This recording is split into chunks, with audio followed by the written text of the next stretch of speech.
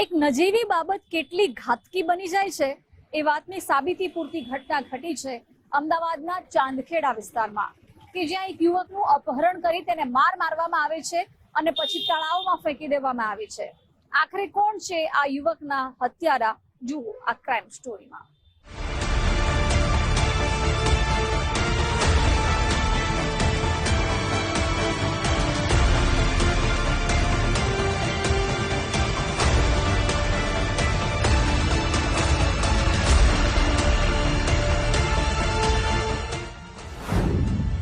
તારીખ 8 જુલાઈ 2025, સમય રાત્રે 11:45 કલાક, સ્થળ ચાંદખેડા વિસ્તાર, અમદાવાદ। ચાંદખેડા વિસ્તારમાં રહેતા ફરિયાદી પર અજયના મિત્રનો ફોન આવ્યો અને કહેવામાં આવ્યું કે અજયને એક તળાવમાં ફેંકી દેવામાં આવ્યો છે। આ સાંભળી પરિવારજનો બસ સ્ટેન્ડ નજીક આવેલા તળાવ પાસે ગયા। તળાવમાંથી અજયને બહાર કાઢીને હોસ્પિટલ લઈ જવાયો। ત્યાં સારવાર દરમિયાન તેનું મોત નીપજ્યું। આ બાબતે અજયના મિત્રના કહેવા મુજબ પરિવારજનોએ ચાંદખેડા પોલીસ સ્ટેશનમાં પાડોશમાં રહેતા 3 શખ્સ વિરુદ્ધ ફરિયાદ નોંધાવી હતી। તેના આધારે પોલીસે બળદેવ ઉર્ફે તાવડી ઠાકોર, નિકુલ ઠાકોર, પાર્થ બારોટ, કાવ્ય ચૌહાણ નામના 4 આરોપીની ધરપકડ કરી છે। 4 પૈકી 3 આરોપી ગુનાહિત ઇતિહાસ ધરાવે છે। જ્યારે આ અજય ઠાકોર નું હોસ્પિટલમાં એનું મૃત્યુ થતા પોલીસે મર્ડરનો ગુનો દાખલ કરી અને તાત્કાલિક ધોરણે આ 4 આરોપીઓની અટક કરેલ છે। આ 4 આરોપીઓનો ગુનાહિત ઇતિહાસ પણ છે, જેમના વિરુદ્ધ પોલીસે અગાઉ પાસા કરેલી છે। આ જે પાર્થ બારોટ છે એનો ભાઈ જ્યારે સાબરમતી પોલીસ સ્ટેશનમાં જે બોમ્બ મૂકવાનો, પાર્સલ બોમ્બ મૂકવાનો જે ગુનો થયેલો હતો તેનો સગો ભાઈ છે, તેના વિરુદ્ધ પણ પાસાની કાર્યવાહી કરવામાં આવેલી હતી અને હાલમાં જે છૂટીને આવેલા હતા। અમદાવાદના ચાંદખેડામાં મર્ડરનો ઉકેલાયો ભેદ। યુવકની હત્યા કરનારા આરોપીઓ બેનકાબ। પાડોશીએ જ અપહરણ કરી આપ્યો ગુનાને અંજામ। હત્યાની સનસનીખેજ ઘટનાને ચાંદખેડાના શિવશક્તિ બસ સ્ટેન્ડ પાસે અંજામ અપાયો હતો।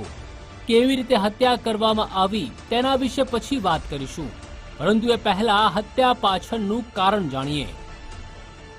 પોલીસના કહેવા મુજબ 8 જુલાઈની રાત્રે 10 વાગે અજય ઘરેથી એક્ટિવા લઈ નીકળ્યો। ત્યારે એક્ટિવા સ્પીડમાં ચલાવવા બાબતે પાડોશી બળદેવ અને તેનો પરિવાર અજય સાથે માથાકૂટ કરી હતી। ત્યારબાદ તેને જેમ ફાવે તેમ ગાળો બોલી હતી।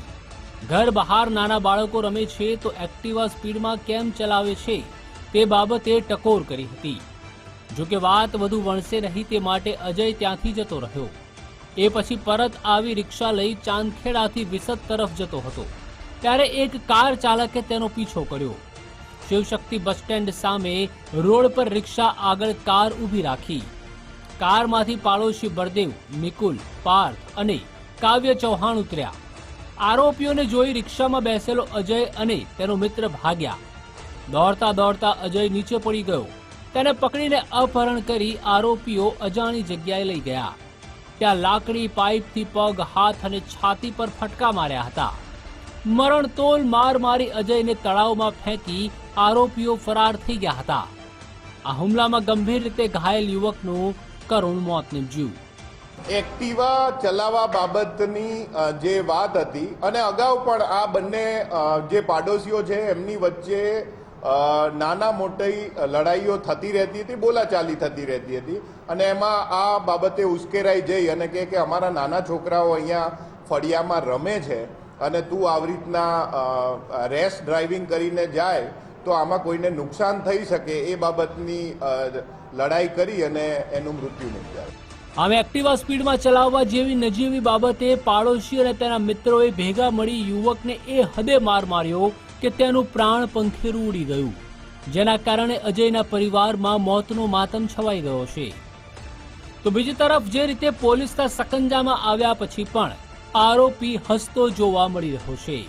તેને જોઈ ગુના કરવા માટે ટેવાયેલા આરોપીઓને કોઈ ફરક પડતો હોય તેવું લાગતું નથી।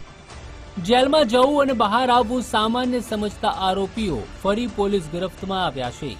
આવા રીઢા ગુનેગારોને કડકમાં કડક સજા થાય તે ખૂબ જ જરૂરી બની ગયું છે.